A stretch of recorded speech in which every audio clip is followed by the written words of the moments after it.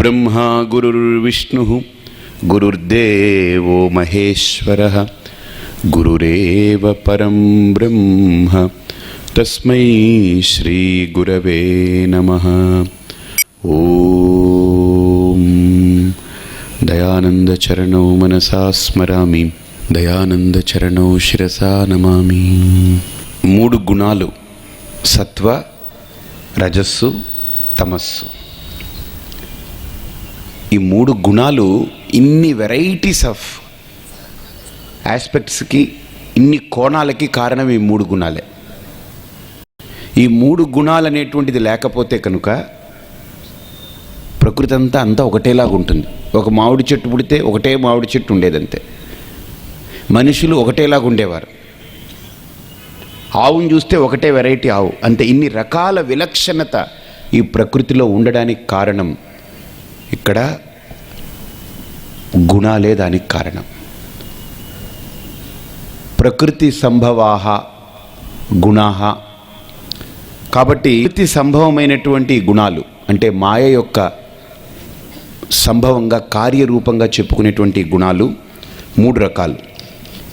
అందుకని ఈ 3 గుణాల మీద చాలా అద్భుతమైనటువంటి వ్యాఖ్యానం చేస్తూ పరమాత్మ ఇక్కడ సత్వ, రజస్సు, తమస్సు ఈ గుణాల వల్ల వాళ్ళ యొక్క క్వాలిటీస్ ఎలా ఉంటాయి చెప్తూ, మళ్ళీ ఇక్కడ 2 ఆస్పెక్ట్లు ఇక్కడ ఇంకోటి తీసుకున్నారు. ఏమిటా ఆస్పెక్ట్ అని అంటే, సత్వగుణం ఉన్నటువంటి వాడు ఎలా ప్రవర్తిస్తాడు, రజోగుణం ఉన్నటువంటి వాడు ఎలా ప్రవర్తిస్తాడు, అంటే వాళ్ళ యొక్క ఎమోషన్స్ ఎలా ఉంటాయి, అంటే ఫీలింగ్స్ ఎలా ఉంటాయి.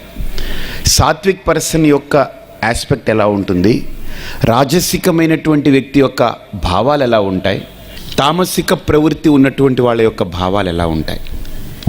ఇవన్నిటినీ కూడా ఇక్కడ శ్రీకృష్ణ పరమాత్మ చాలా అద్భుతమైనటువంటి కోణాలతో మనకు వివరిస్తున్నారు. ఆయన వివరిస్తూ ఈ సత్వగుణం ప్రధానంగా ఉండేటువంటి వ్యక్తి యొక్క భావాన్ని ఇక్కడ చెప్తున్నారు. నాతో పాటు చెప్పండి. శ్రీ భగవానువాచ సర్వద్వారేషు దేహేస్మిన్ ప్రకాశ ఉపజాయతే జ్ఞానం యదా తదా విద్యాత్ వివృద్ధం సత్వమిత్యుత. సర్వద్వారేషు దేహే అస్మిన్ ప్రకాశః ఉపజాయతే. మన శరీరానికి ఉండేటువంటి సకల ఇంద్రియాలు కానీ, మనోబుద్ధి చిత్త అహంకారం కానీ ఈ సత్వగుణ ప్రధానంగా ఉన్నటువంటి వ్యక్తికి ఎలా ఉంటాయనంటే ప్రకాశః ఉపజాయతే. The glitter, the shine. అంటే ఈ ఇంద్రియాలు కానీ, మనోబుద్ధి చిత్త అహంకారాలు కానీ చాలా ప్రసన్నంగా ప్రకాశిస్తూ ఉంటాయి, చాలా ఆహ్లాదంగా ఉంటాయి. ఎంత ఆహ్లాదంగా ఉంటాయి అనంటే, ఎంత ఒక అద్భుతమైనటువంటి స్థితిని పొంది ఉంటాయంటే ఈ ఇంద్రియాలు, అంతఃకరణ ఇదంతా కూడా అవి ఎక్కడ అలజడికి కానీ, ఇంద్రియాలు కానీ అంతఃకరణ కానీ చాలా అణిగి ఉంటాయి. ఎలాగ అణిగి ఉంటాయనంటే, ఒక సెలయేరు ఉంటుంది. ఆ సెలయేటిలో నీరు స్వచ్ఛంగా ఉంటుంది. ప్రవహిస్తున్నప్పుడు ఆ సెలయేరు శబ్దం కూడా చాలా ఎంత వినడానికి ఎంత సొంపుగా ఉంటుందో, వినసొంపుగా ఉంటుంది కదా. సలసల సలసల సలసల అంటూ ఆ సవ్వడి మువ్వల్లాగా ఎంత అద్భుతంగా ఉంటుందో. ఆ నీళ్లు జారుతూ ఉంటే ఆ జాలువారేటువంటి నీళ్ల యొక్క సవ్వడి ఎంత చప్పుడు, ఎంత ఆహ్లాదంగా ఉంటుందో. అసలు మనం కూర్చుంటే మన దుఃఖాలన్నీ ఎగిరిపోతాయి. అంతేకాదు, ఆ నీళ్లు కూడా మనం చూస్తుంటే ఈ కొండ ప్రాంతాల్లో స్వచ్ఛంగా కనిపిస్తుంది, పరిశుభ్రంగా ఉంటుంది. అసలు ఎంత తాగినా ఇంకా తాగాలనిపించేలా ఉంటుంది. అలాగని సత్వగుణ ప్రధానంగా ఉండేటువంటి వ్యక్తి యొక్క ఇంద్రియాలు కానీ, మనోబుద్ధి చిత్త అహంకారాలు అనేటువంటి అంతఃకరణ కానీ అంత అణిగి, అంత మిణిగి, అంత అణుకువతో ప్రశాంతంగా ఉంటాయి. కానీ పని జరుగుతుంది. వాడు కళ్ళతో చూస్తాడు, చెవితో వింటాడు, మాట్లాడుతాడు, నడుస్తాడు, ఇవన్నీ చేస్తుంటాడు. ఇంద్రియాలన్నీ పని చేస్తుంటాయి. కానీ ఆ పని ఎలా ఉంటుందనంటే, ఆ సెలయేరులో చక్కగా పైనుంచి పడుతున్నటువంటి ఆ నీటి, ఆ సెలయేరు, ఆ సవ్వడి మువ్వడుల యొక్క ఆ శబ్దం ఎంత ఆహ్లాదం, అసలు వినడానికి ఎంత బాగుంటుందో. అది గలగల గలగల గలగల పారుతూ ఉంటుంది. ఇది సత్వగుణ ప్రధానంగా ఉన్నటువంటి వ్యక్తి యొక్క ఆ ఫీలింగ్.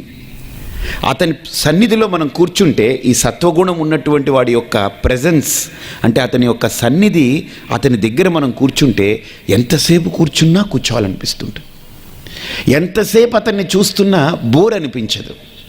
ఎంతసేపు అతనితో మాట్లాడుతున్నా ఇంకొద్దిగా వాడు మాట్లాడితే బాగుండు, ఇంకో టాపిక్ ఏదైనా వాడు మాట్లాడితే బాగుండు, ఇంకొద్దిగా వాడితో మాటలు కలిపితే బాగుండు అనిపిస్తూ ఉంటుంది సత్వగుణ ప్రధానంగా ఉన్నటువంటి వ్యక్తి యొక్క పరిస్థితి. అతని ఉండేటువంటి ఆ యొక్క సరౌండింగ్స్ అంతా కూడా it vibrates with that aspect, ఆ క్వాలిటీ. అంతేకాదు ఈ సత్వగుణము ఈ ఇంద్రియాల్ని ప్రకాశింపజేయడం కాకుండా, మనోబుద్ధుల్ని ప్రకాశింపజేయడం కాకుండా ఏం చేస్తుందనంటే, ఎంత గొప్ప క్వాలిఫికేషన్ అనంటే, జ్ఞానం యదా తదా విద్యాత్ వివృద్ధం సత్వమిత్యుత. ఇక్కడ కృష్ణుడు అంటాడనమాట, ఈ సత్వగుణం వల్ల మనిషికి ఏంటనంటే జ్ఞానం అనేటువంటిది ప్రధానమైన అంశం. సాత్వికుడు అన్నీ వింటాడు, కానీ దీంట్లో జ్ఞానం ఎంతవరకు ఉందో, దీంట్లో ఎంతవరకు నిబద్ధత ఉందో, దీంట్లో ఎంతవరకు సత్యత్వం ఉందో దాన్ని వివేకంతో గుర్తిస్తాడు, లోపల ఎడిట్ చేసుకుంటాడు. మనం వంకాయ తెచ్చుకుంటాం, తరిగేటప్పుడు తొడిమ ఎలాగైతే కట్ చేస్తామో అలాగనే మనం ఏదైనా ఆనపకాయ, సొరకాయ తెచ్చుకుంటాం. సొరకాయ అంటారా మీరు? సొరకాయ తెచ్చుకుంటారు, ఆ సొరకాయని ఏం చేస్తారు, పైన పీలింగ్ చేసి లోపల ఉండేటువంటివి తీసి మళ్ళీ లోపల ఉండేదాన్ని తీస్తారు. అంటే ఈ సొరకాయకు గొప్పతనం ఏంటంటే, ఇప్పుడు వంకాయ ఉందనుకోండి, పైన తొడిమొక్కటే తీసి కట్ చేసి వేసేస్తాం. సొరకాయ ఉందనుకోండి, పైదొక్కటే కాదు లోపల ఉండేటువంటి ఆ బూజుగా ఉంటుంది చూసారా, బుర్జు అంటారు దాన్ని. దాన్ని ఏమంటారు మీరు? లోపల ఉండేటువంటిది కండ కాదు, కండ అంటే కాయ, లోపల గుజ్జు, అది విత్తనం, పీచు, ఆ పీచునంతా తీస్తారు. అంటే సొరకాయకి ఏం చేయాలి, పైన తీయాలి, లోపల తీయాలి, మధ్యలోదే వాడుకోవాలి. అది ఎలా వాడుకోవాలో ఆ సత్వగుణం కలిగినటువంటి వాడికి ఈ ప్రపంచంలో కూడా దేన్ని పైన తీసేయాలి, దేన్ని లోపల తీసేయాలి, దేన్ని రెండు భాగాలని తీసేయాలి దేంట్లో అనేటువంటి ఆ అవగాహన, ఆ వివేకం సత్వగుణ ప్రధానంగా ఉన్నవాడికి తెలుస్తుంది. ఎవరైనా వచ్చారనుకోండి, వాడు ఒకవేళ దుర్మార్గంగా ఉన్నా, లేకపోతే వాడు ఒకవేళ క్రూరంగా ఉన్నా, వాడిని ఎలా హ్యాండిల్ చేయాలో చేసి దండం పెట్టి పంపించేస్తాడు. మూర్ఖంగా అడ్డంగా మాట్లాడాడు అనుకోండి, వాడితోటి నీట్గా డీల్ చేసి పంపిస్తాడు, పెంచడు, వాడి యొక్క ప్రాబల్యాన్ని పెంచే ప్రయత్నం చేయడు, వాడు నీట్గా డీల్ చేసి పంపిస్తాడు. అలాగనే ఒకవేళ సాత్వికుడు వచ్చాడనుకోండి, వాడితో కూడా ఎంతవరకు డీల్ చేయాలో చేస్తాడు. అంటే జ్ఞానం అనేది సత్వగుణంలో ఉన్నటువంటి వ్యక్తికి, సత్వగుణ ప్రధానుడైనటువంటి వ్యక్తికి ఈ జ్ఞానము స్వతహాగా లోపల ఊరుతుంది. అది కూరితే వచ్చేది కాదు, ఊరితే మన ట్యాంకులోకి నీళ్లు నింపుకోవాలి, కానీ నూతిలో నీళ్లు మనం నింపక్కర్లేదు, తీసే కొద్దీ ఊరుతూ ఉంటుంది. ట్యాంకులో నీళ్లు తీసే కొద్దీ అయిపోతుంది, మళ్ళీ మనం నింపుకోవాలి, మోటరే మోటరే మోటరే అంటాం మళ్ళీ. కాబట్టి ట్యాంకులో నీళ్ళని కూరాలి, నూతిలో నీళ్ళకి ఊరుతుంది, ఊరే గుణం ఉంటుంది. కాబట్టి స్వతహాగా ఊరే గుణం. అందుకనే గుర్తుపెట్టుకోండి, నూతిలో నీళ్లు డైరెక్ట్గా తీసి తాగేయచ్చు మీరు, ఏమీ కంటామినేషన్ ఉండదు, బికాస్ ఊరుతూ ఉంటుంది, ఎప్పుడు సన్లైట్ పడుతుంది, ఎప్పుడు ఫిల్టర్ అయి ఉంటుంది. ట్యాంకులో నీళ్లు డైరెక్ట్గా తాగడానికి లేదు, అందులో పట్టి పెట్టారనుకోండి స్టాగ్నేటెడ్ వాటర్, పట్టిపెట్టిన నీళ్లు మళ్ళీ ఫిల్టర్ ట్యాంకులోకి ఎక్కి ఫిల్టర్ అయ్యి మనకు బయటకు వస్తుంది. ఇంట్లో ఫిల్టర్ పెట్టుకుంటాం. కాబట్టి కూరే విద్య ఎప్పుడు కూడా కంటామినేషన్ అవుతుంది, ఊరే విద్య ఎప్పుడు స్వచ్ఛంగా ఉంటుంది. ఇక్కడ సత్వగుణ ప్రధానమైనటువంటి వ్యక్తికి చూడండి, ఏమండి మనం అందరికీ అన్నీ చెప్పలేం కదండి, ఆ సందర్భానికి తగ్గట్టుగా, ఆ పరిస్థితులకు తగ్గట్టుగా అన్నీ తెలుసుకుంటూ మెలగాలి మనం, అంతే కదా. అన్నీ ఎక్కడ నేర్పగలం మనం? అన్నీ నేర్పుతామా మనం? నేర్పం. కాబట్టి ఈ సత్వగుణ ప్రధానమైనటువంటి వ్యక్తికి ఆ జ్ఞానము స్ఫురిస్తుంది.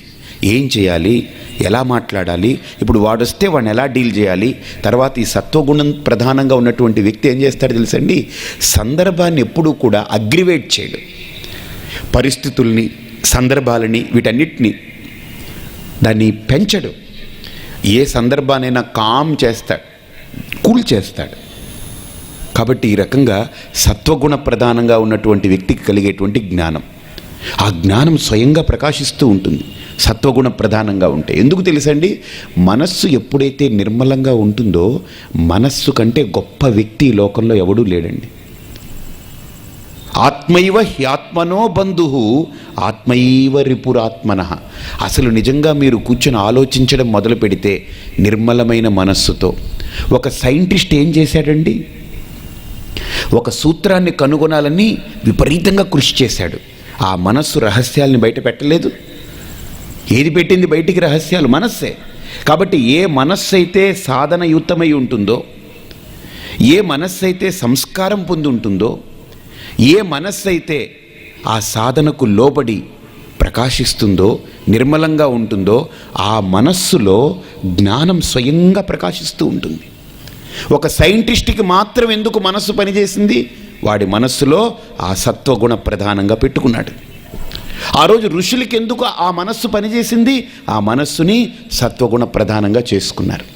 కాబట్టి సత్వగుణ ప్రధానంగా ఉండే మనస్సు, స్వామి మీరు ఏమిటండి అలా ఉపమానాలు చెప్తారు, ఎన్నెన్నో విషయాలు చెప్తుంటారు, అసలు ఊరికి గీత శ్లోకం అలా చెప్పేటప్పుడు చూస్తారు, మిగతా అంతా ఎక్కడి నుంచి వస్తుంది? ఎక్కడి నుంచో రాదండి. అది మనస్సు నిర్మలంగా ప్రశాంతంగా సత్వగుణ ప్రధానంతో కనుక ఉంచుకోగలిగితే ఆ మనసు అన్నిటినీ లాక్కుంటుంది, ప్రకృతిలో ఉండే రహస్యాలన్నింటినీ లాక్కుంటుంది. ఇప్పుడు సెల్ ఫోన్ ఉంది, ఎక్కడెక్కడిదో సిగ్నల్స్ అన్నీ ఇది లాగట్లేదు. ఎందుకని? ఈ పరికరం అలాంటిది. అలాగని మీ మనస్సు కూడా గొప్ప పరికరం. దాన్ని ట్యూన్ చేసి పెట్టగలిగితే ప్రతి దాన్ని లాక్కోగలుగుతుంది. అది ట్యూన్ అవ్వాలంటే వాడు సత్వగుణ ప్రధానమై ఉండాలి. అందుకని ఋషులన్నింటినీ కూడా దర్శించేవాళ్ళు, మంత్రాల్ని దర్శించేవారు, రహస్యాల్ని దర్శించేవారు, నిధినిక్షేపాలు దర్శించేవారు.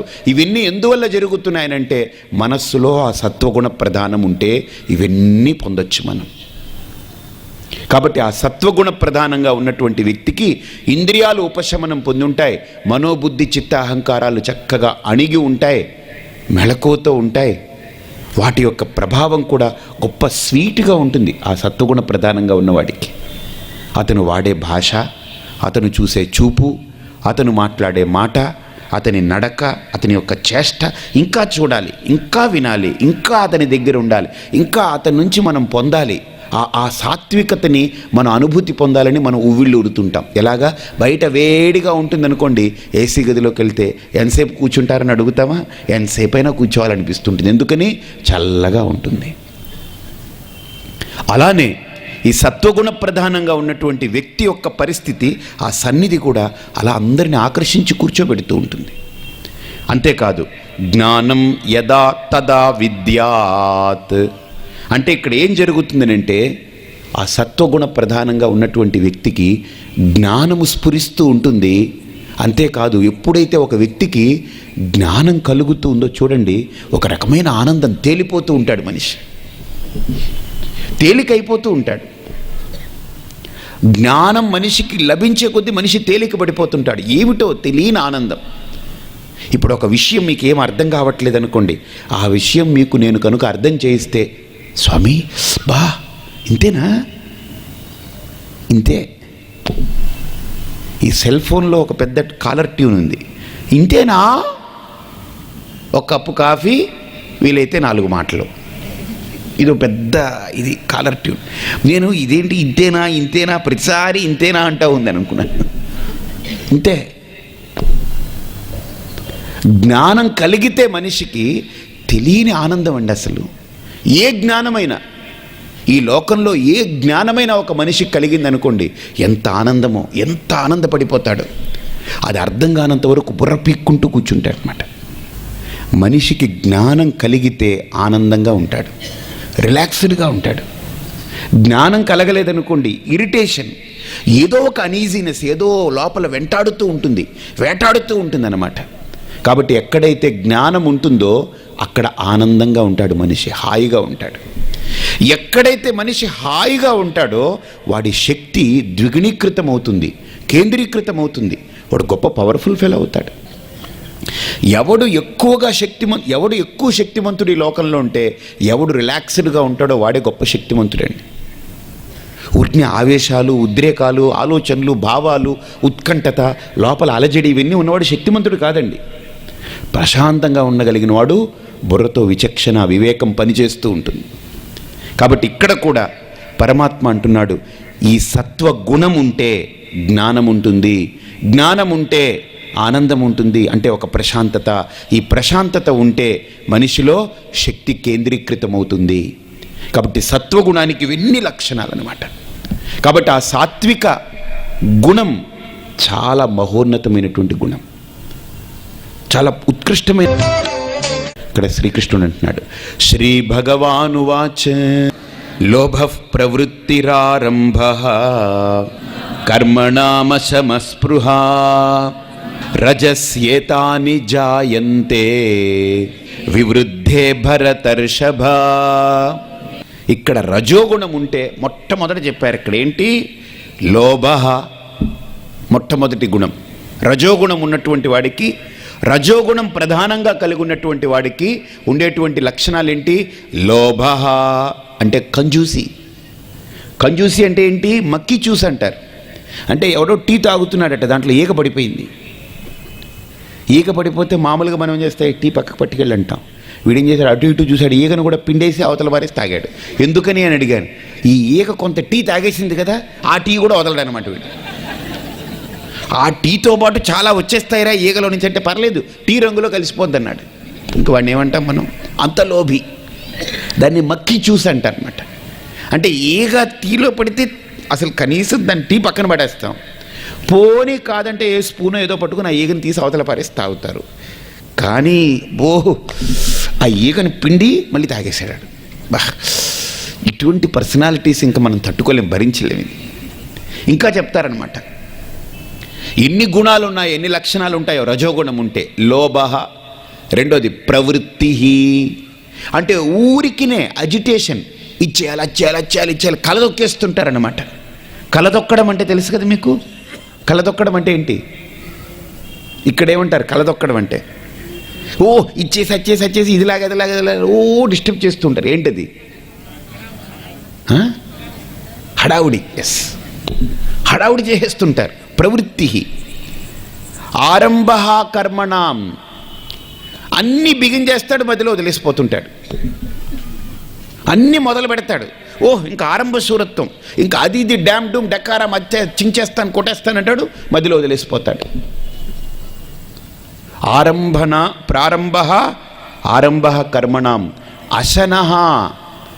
అశనః అంటే ఇక్కడ మనకు చెప్తున్నారు అశాంతి. అశాంతి, మనిషి ఎప్పుడు ఏదో ఒక రకమైనటువంటి అజిటేషన్, లోపల ఒక స్థిమితం ఉండదు మనిషికి. స్పృహ, అన్నిట్లో కలబడిపోతుంటాడు. రెండు నక్కలు మాట్లాడుకుంటున్నాయి. ఒక నక్క పాపం దానికి ఆహారం దొరకలేదట, 2 రోజులుగా ఆకలిగా ఉంది. ఆకలిగా ఉంటే ఆ నక్క చచ్చిపోయే పరిస్థితి వస్తే ఇంకా అది గతుక్కుంటూ ఎక్కడికో బక్క చిక్కిపోయి డొక్కలంతా ఎండుకుపోయి ఆకలికి చచ్చిపోయే పరిస్థితిలో అక్కడెక్కడో ఒక శవంలా కనిపిస్తే వెళుతుందట. అక్కడికి దగ్గరికి వెళ్తే దాని దగ్గరే ఇంకో నక్క ఉంటుందట.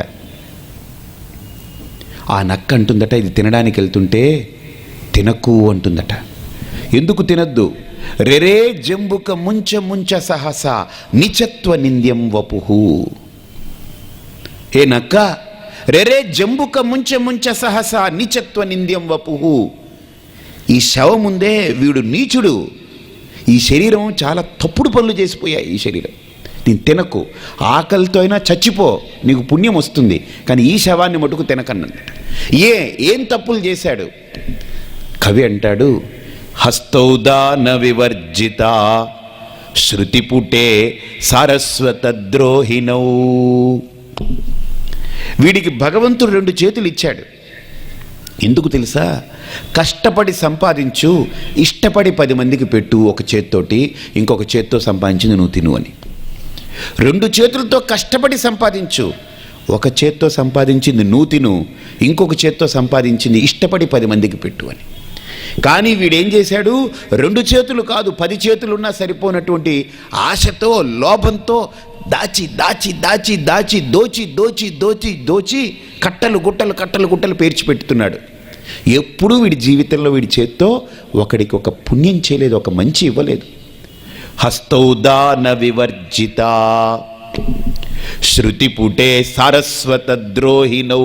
పోని వాడు దాన ధర్మాలు చేయలేదు, పోని మంచి కార్యక్రమం జరుగుతూ సత్సంగం జరుగుతూ ఉంటే, మంచి విషయాలు చెబుతూ ఉంటే వాడు వినడానికి కూడా ఇష్టపడట్లేదు. వాడి చెవిలో ఈ మంచి మాటలు పడేయడానికి కూడా వాడంత కుత్సిత బుద్ధితో బ్రతుకుతున్నాడు. శృతి పుటే సారస్వత ద్రోహినౌ హస్తౌ దాన వివర్జిత. శృతి పుటే సారస్వత ద్రోహినౌ. పోని ఇది వినడానికి కూడా రాలేదనుకో, కళ్ళతో పోని ఆ సమయంలో గుడికెళ్ళి, లేకపోతే ఒక మంచి మహాత్ముడి దగ్గరికి వెళ్ళి, ఒక గురువు దగ్గరికి వెళ్ళి వాళ్ళని చూసి దర్శనం చేసుకునే వస్తాడా? నేత్రే సాధు విలోకనేన రహితే పాదౌ న తీర్థంగతౌ. ఎక్కడైనా మంచి నది ఉంటే, మంచి గుడి ఉంటే, మంచి ఆశ్రమం ఉంటే, మంచి ప్రశాంతమైనటువంటి ప్రదేశం ఉంటే అక్కడికి వెళ్ళి కూర్చుని హాయిగా అతను ధ్యానం చేయడమో, కొంతసేపు ఒంటరిగా కూర్చోవడమో, ఏదో భగవత్ స్మరణ చేయడమో ఉండదు. చేతులతో దాన ధర్మాలు చేయలేదు, చెవితో చక్కటి సత్సంగము మంచి విషయాల్ని వినలేదు, కళ్ళతో భగవద్ రూపాన్ని చూడడానికి ఇష్టపడట్లేదు, సాధు సత్పురుషుల యొక్క దర్శనానికి నోచుకోవట్లేదు. పోనీ మంచి ప్రదేశానికి వెళ్ళి కాళ్ళతో నడిచి అక్కడ కూర్చుని చక్కటి ఆస్వాదన, అక్కడ ఉండేటువంటి ప్రశాంతతని ధ్యానం చేసి మంచి స్థితిని పొందుతున్నాడా అంటే అదీ కాదు. అంటే వీడి ఇంద్రియాలన్నీ కూడా మంచికి ఎక్కడా ఉపయోగపడలేదు. అంతేకాదు, వీడి బ్రతుకు ఎలా ఉపయోగపడింది? అన్యాయార్జిత విత్త పూర్ణముదరం గర్వేన తుంగం శిరః. అన్యాయార్జిత విత్త పూర్ణముదరం. వీడి కడుపులో తిండి తింటున్నాడు చూసారా? వీడు తినే తిండి, ఈ గింజలు ఉన్నాయే, ఈ గింజలు ఏ డబ్బుతో తెచ్చుకుంటున్నాడంటే అన్యాయార్జిత విత్తం. అన్యాయంగా సంపాదించినటువంటి డబ్బుతో అన్నం తయారు చేసుకుని ఆ అన్నాన్ని వండి తింటున్నాడు. అంటే వీడు తినే అన్నం ఏమైంది? అన్యాయ ఆర్జిత అన్నం. వాడి లోపల ఉండేది అన్యాయం.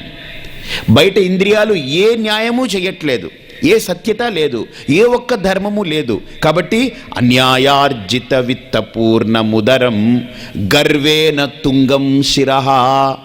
ఇన్ని చేస్తూ ఈ దౌర్భాగ్యుడు, వీడికి అహంకారం ఎక్కువ. వాడంతా వీడంతా, వీడిదంతా వాడిదంతా, తొక్క తీసేస్తాను, లేపేస్తాను వీడిని అనుకుంటూ వీడి అహంకారంతో మదమెక్కినటువంటి ఏనుగులా బ్రతుకుతున్నాడు. చూడండి ఎన్నిన్ని లక్షణాలు ఉన్నాయో వాడిలో. హస్తౌదాన వివర్జిత శృతి పుటే సారస్వత ద్రోహినౌ నేత్రే సాధు విలోకనేన రహితే. ఎంత అద్భుతంగా ఉంది చూడండి. పాదౌ న తీర్థంగతౌ అన్యాయార్జిత విత్త పూర్ణముదరం గర్వేన తుంగం శిరః. గర్వంతో తలకాయ పైకెత్తి విర్రవీగుతూ తిరుగుతాడు వాడు. నాకేంటి, కొన్వస్తి సదృశోమయ, నాకంటే గొప్పవాడు ఎవడున్నాడు చెప్పు, వాడి తొక్కలు తీసేస్తాను, వాడు అంతు తేలుస్తాను, వాడి చీల్చేస్తాను, వాడు ఎవడైనా సరే చెప్పండి. చాలామంది ప్రవచనకారులు ఏంటంటే, నాలాగా ఎవడు చెప్పగలడు, ఇక్కడ నా అంతలాగా ఎవడు చెప్పగలడు, చూపించండి, ఒకరిని తీసుకురండి. ఈ అహంకారాలన్నీ కూడా పోతాయండి. ఈ నోరు మాట్లాడగలుగుతుంది అంటే ఎవడి యొక్క అనుగ్రహం అండి? పరమాత్మ అనుగ్రహం. అందుకని ఆయన అంటారు, పలికెడిది భాగవతమట, పలికించెడివాడు రామభద్రుండట అని.